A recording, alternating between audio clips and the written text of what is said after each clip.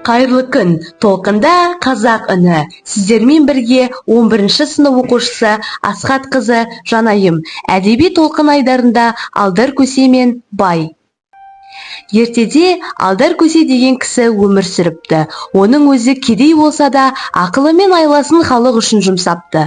Алдар Көсе әсіресе сараң байларды, зұлым хандарды, әділетсіздерді әшкерелеп, қарапайым халықты қорғап жүр екен. Бір күні Алдар Көсе байдың үйіне келіпті. Байдың қойы қора толы, қазаны етке толы болса да, келген қонағына ас бермей: «Ей, Көсе, сенде мал да жоқ, байлық та жоқ. Не үшін сені күтейін?» деп мазақтапты. Сонда Алдар Көсе байдың сарандығын әшкерелеу үшін айла жасайды. «Ой, бәйеке, менің қолымда сиқырлы шапаным бар. Киген адамды байытып жібереді. Бірақ оған сен сияқты сараң бай лайық емес» депті. Бай құныққаны соншалық әлгі шапанды сұрап алып, Алдарға мал мүлкін беріпті. Бірақ шапанның ешқандай қасиеті жоқ екен.